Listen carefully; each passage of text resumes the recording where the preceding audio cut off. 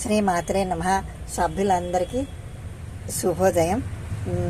ఇవాళ వంటల కార్యక్రమంలో నేను మీకు గోంగూర పచ్చడి గురించి చెప్తాను. తెలుగువారి సాంప్రదాయం వంటలు అంటే టక్కున గుర్తుకు వచ్చేది మాత్రం గోంగూర పచ్చడి.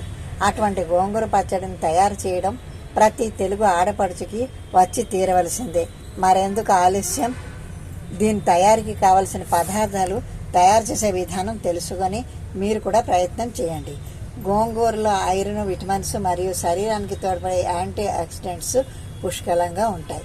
దీనికి కావలసిన పదార్థాలు: గోంగూర 1 కిలో, నూనె 2 టీ స్పూన్లు, జీలకర్ర 25 గ్రాములు, ధనియాలు 100 గ్రాములు, ఎండుమిరపకాయలు 15, అల్లం ముక్కలు 25 గ్రాములు, వెల్లుల్లి రెక్కలు 10, ఆవాలు 1 టీ స్పూను, పచ్చిశనగపప్పు 1 టేబుల్ స్పూను, ఇంగువ 1 టీ స్పూను, కరివేపాకు 2 రెబ్బలు.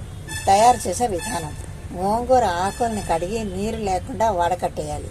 మూకుడులో 1 టీ స్పూన్ నూనె వేడి చేసి జీలకర్ర కొద్దిగా ఉంచి ధనియాలు, ఎండుమిరపకాయలు, అల్లం, వెల్లుల్లి, గోంగూర ఆకులు వేయించి చల్లారాక రుబ్బుకోవాలి.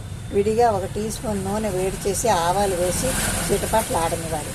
జీలకర్ర, పచ్చిశనగపప్పు, మినపప్పు, ఎండుమిరపకాయలు, ఇంగువ, కరివేపాకు వేసి తాలింపు పెట్టి గోంగూర మిశ్రమంలో కలపాలి. అంతే, గోంగూర పచ్చడి రెడీ. అందరికి అర్థమైంది అనుకుంటున్నాను. సూపర్గా ఇలా మంచి గోంగూర పచ్చడి చేసుకుని వేడివేడి అన్నంలో కలుపుతుంటే ఇంకా చెప్పక్కర్లేదు, సూపర్. కాబట్టి మీ అందరూ ప్రయత్నం చేయండి. ఉంటాను. శ్రీమాత్రే నమః.